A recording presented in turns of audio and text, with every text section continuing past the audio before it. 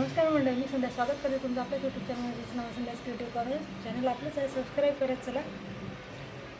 आज नवीन दिवसाची नवीन सुरुवात. आज आपण सुरुवात करणार आहोत उंबरठा पूजनाने.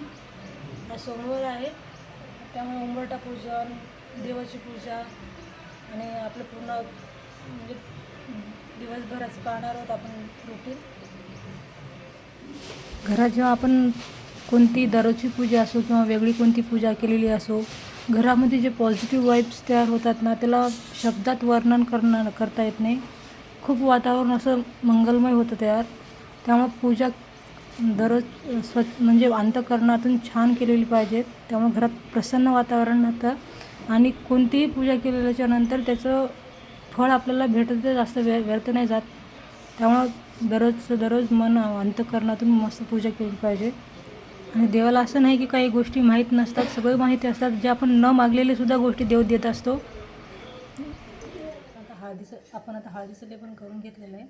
आपण रांगोळी काढून घेऊया.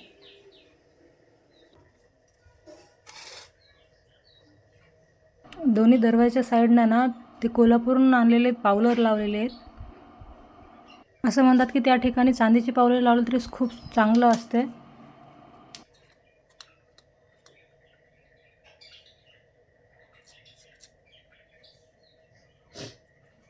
अशा प्रकारानं आपल्याकडे साचे आहेत. ओम आणि ही आहे कळसाचं आहे. जे असे कोणते प्रतीक, जे शुभ प्रतीक असतात, ते कोणते दारापुढे किंवा कोणते रांगोळी काढणं चांगलं असतं. त्यासाठी असे साचे घेऊन ठेवलेलं कधी चांगलं पडतं.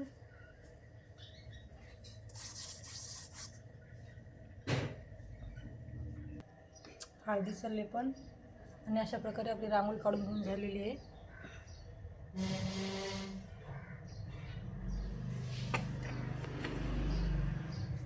आता पूजा करून घेऊया.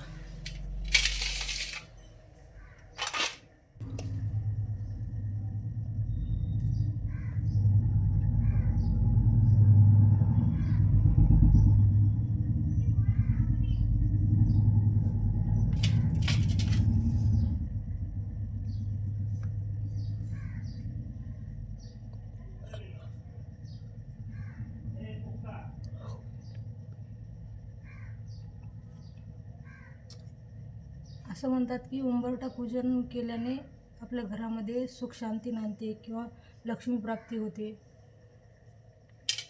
एक 10 मिनिटाचंच काम असते, केल्याने काय फरक पडत नाही, म्हणजे चांगलंच असतं. त्यामुळे केलेलं केव्हाही चांगलंच.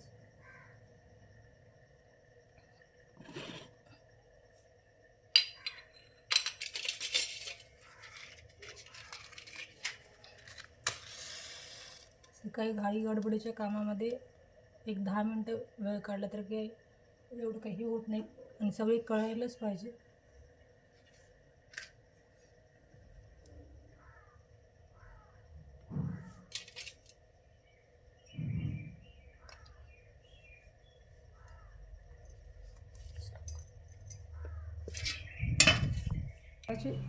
उंबरठा पूजा झाल्याच्या नंतर आपण देवाची पूजा करून घेणार आहोत.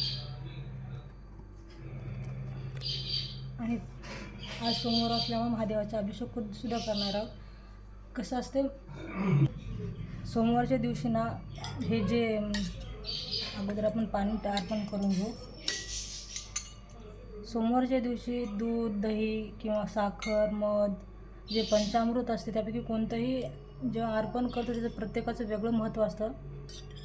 ओम नमः शिवाय, ओम नमः शिवाय, ओम नमः शिवाय, ओम नमः शिवाय, ओम नमः शिवाय, ओम नमः शिवाय.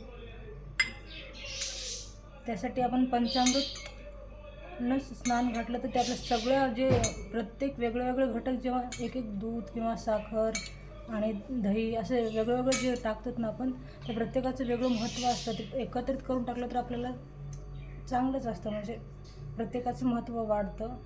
त्यामुळे पंचामृतनं सोमवारच्या दिवशी स्नान करणं खूप शुभ मानलं जाते.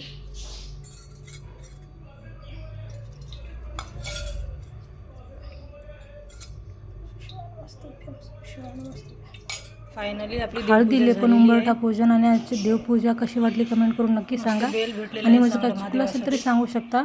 आणि आजचा व्हिडिओ आवडल्यास लाईक करा, चॅनलला सबस्क्राईब करा. पुन्हा भेटू असंच आपल्या नवीन व्हिडिओमध्ये. तोपर्यंत बाय.